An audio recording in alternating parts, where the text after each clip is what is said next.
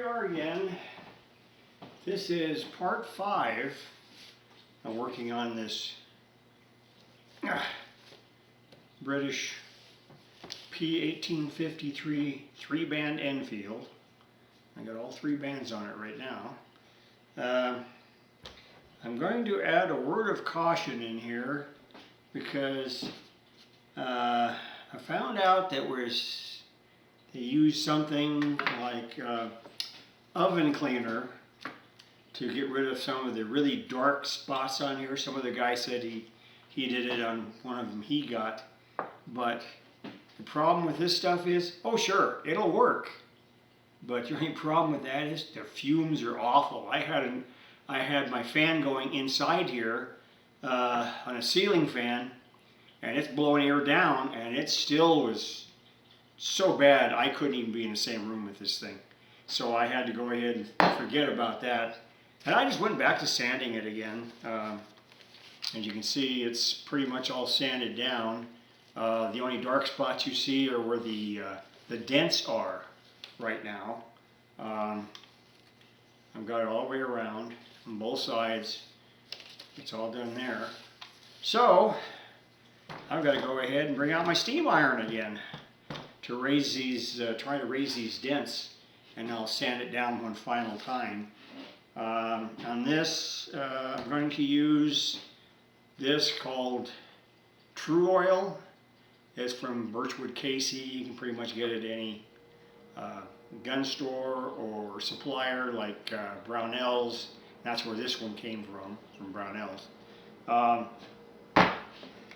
Also, the other thing, with the dents and all, and there's actually some deep holes in here, which I know I'm never going to get out. I always save the sawdust for when I was sanding on it. And what I do with that is I mix that with wood glue, and I make my own wood filler for it. And the problem with this thing is the wood is English walnut they use on this stock.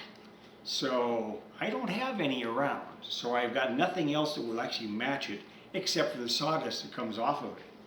So that's what I'm going to be doing with that. But right now I have to do the steaming on this. And the good old trusty steam iron is here again. Let's see what we can do here. It should be warm enough by now, I would think. Yeah. Yep. There it goes.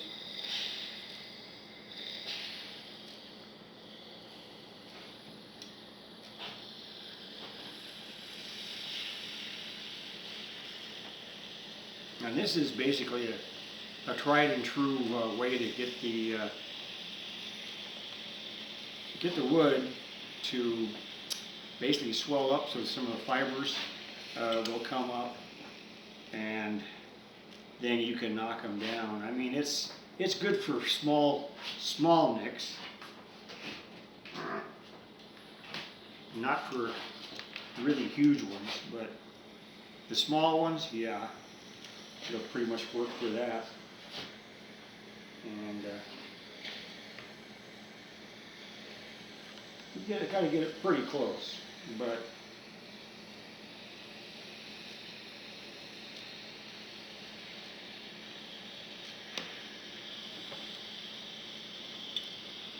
I always use this method from all my guns. And speaking of all my guns, I just got another one from Royal Tiger Imports. I couldn't help myself. It was another Enfield, but this was a newer Enfield. It was a number 4 Mark I Enfield. Another World War II vintage. So I had to use my Federal Firearms CNR license. Now I actually have to keep a list of all of them I buy with my federal firearms license, because at the end of the 3-year period, I have to say how many I bought using my license. And the deal with the Federal Firearms Collectors and Relics license is, it is 3 years for $30. That's what it costs. So it's pretty inexpensive insurance, because also what happens is, if anybody tries to steal any weapon, I have federal protection on that. Let's see, flip it over the other way, get the other side. There we go. And so I have federal protection on that, because anybody who tries to steal any weapon I have, it's 10 years in prison and a $250,000 fine. So, like I said, it's cheap insurance for $30 for 3 years. I mean, homeowners ain't got to do that. They're not going to put somebody in prison for 10 years. So it's definitely a logical deterrent. And I do have a sign posted on my window, my front window, that everybody can see. It says that exact thing. It has the federal, it's actually a federal ATF, that's an ATF written up thing, so I just made a copy of it and I stick it on my window. Just so anybody who tries to steal anything from me, well, number one, if they can get through my other burglar devices, yeah, they're welcome to try. But my dog will let me know if anybody shows up anyway. He's real good about that.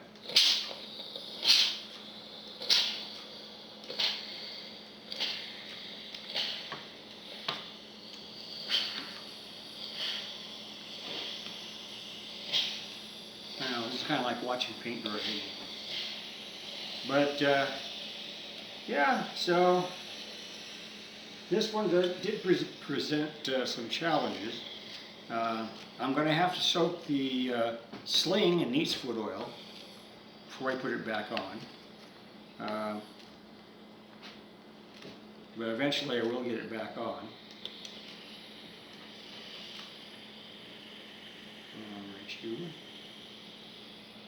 We're steaming it pretty good.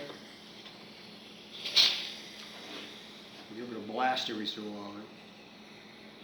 Let's see how that's going to go. Alright, just as you can imagine, the wood gets pretty hot doing it this way. But it's a necessary thing to do, otherwise I don't know any other easy way to raise the grain enough so that I can sand the high spots down. And like I said, the other thing that will happen is I'll fill in with my homemade sawdust putty to, or I should say wood dough or whatever you call it, to sand it down. And that's what will happen. So anyway, that should work. And I got all the dark spots, pretty much all of them out. What's left right now, these are basically dents in the wood.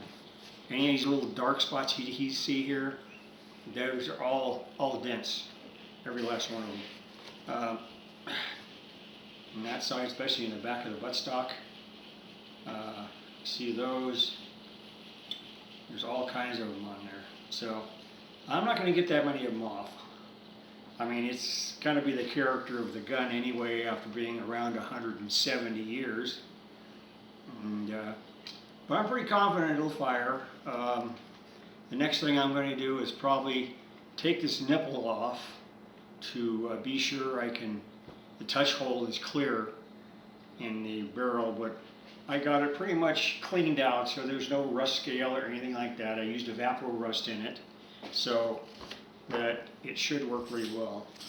So anyway, that's what I've been doing, and that's our chapter 5 update for this rifle. But anyway, that's going to be it for us for tonight, right now. Talk to you guys later.